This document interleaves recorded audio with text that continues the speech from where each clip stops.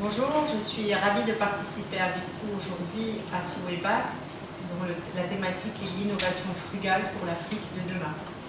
Permettez-moi d'abord, en qualité de ministre en charge du département de l'économie sociale et solidaire, de vous rappeler à quel point ce secteur est essentiel pour notre pays et comment il est au cœur des préoccupations de notre gouvernement, surtout après cette crise de ce virus Covid qui vient nous rappeler en fait les fragilités, mais surtout les défis et les opportunités que ça peut représenter pour demain.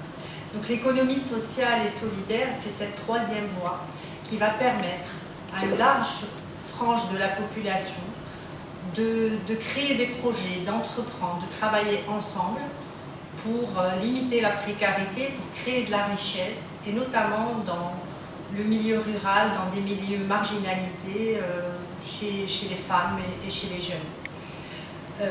Au cours des 10 dernières années, on peut saluer les progrès qui ont été faits autour de l'économie sociale et solidaire. Aujourd'hui, on va dire qu'elle représente, d'après les études qui datent de 2018, environ 4,9% de la population active. Mais au-delà, ce qui compte, c'est l'objectif. Et l'objectif est d'atteindre 9,3% de la population active en 2030. Le nombre de travailleurs aujourd'hui est estimé également à 600 000. Et l'objectif est de doubler pour 2030 pour arriver à 1,2 million de personnes. Un des moyens forts qui nous permettrait d'avancer mieux et de façon plus organisée, plus structurée, c'est le monde des coopératives. Là aussi, après avoir légiféré, après avoir mis des moyens honorables, certainement insuffisants par rapport à notre ambition, aujourd'hui nous avons environ 27 000 coopératives qui travaillent, avec plus de 550 000 adhérents. Nous avons aussi le monde associatif qui est de plus en plus dynamique. On compte plus de 160 000 associations au Maroc. Et enfin, les mutuelles, qui est une autre solution importante pour encourager cette activité. Alors, l'économie sociale et solidaire est aussi une activité de territoire par excellence, parce que c'est dans les territoires qu'elle peut s'exprimer, qu'elle prend tout son sens.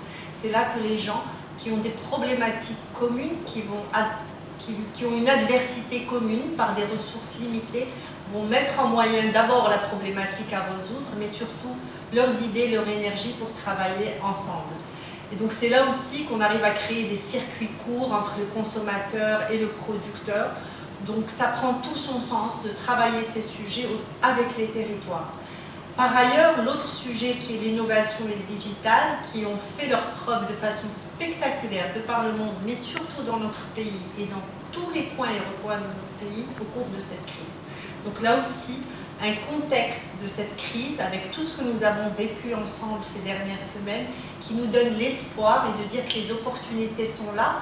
On ne les a pas juste imaginées, nous les avons vécues et utilisées ces dernières semaines.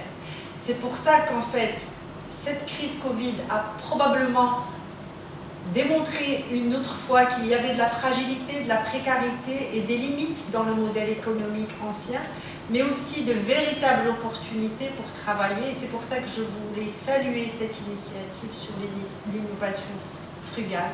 Et je voulais également vous assurer que dans nos départements ministériels, nous sommes profondément convaincus que le moment est venu de le mettre en avant, de travailler ensemble. Et je voulais dire que par rapport à cette thématique, notre objectif, c'est de s'appuyer sur toutes les forces vives qui en ont fait une préoccupation essentielle.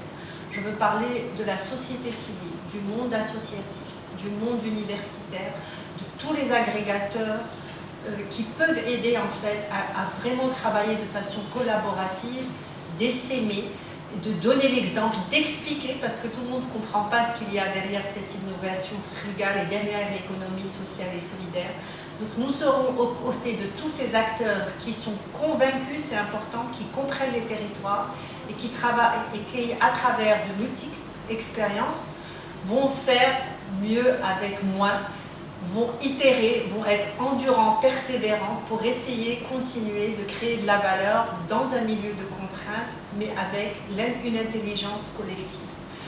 L'autre chose qui est importante à rappeler, c'est que notre continent est aussi un très beau laboratoire qui a déjà commencé autour de l'innovation frugale. Je voudrais citer les exemples en fait des poêles écologiques en Côte d'Ivoire, les kits solaires au Sénégal, la puissance du paiement mobile au Kenya. Il y a d'autres initiatives au Maroc. Ce qui compte, c'est que dans le continent africain, les solutions existent. Elles ont fait leurs preuves.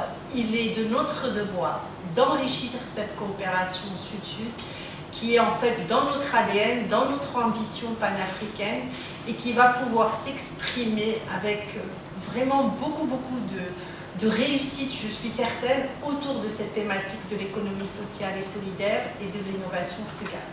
Je vous souhaite donc d'excellents travaux. Je salue cette initiative et je salue le fait que c'est un Web Act, qu'il va y avoir beaucoup d'autres éditions et le département ministériel, toutes les forces vives, y compris dans le tourisme et l'artisanat, qui sont d'autres secteurs qui se prêtent totalement à l'innovation frugale, sont à votre disposition et espèrent continuer à participer avec vous à cette belle initiative. Et je vous remercie.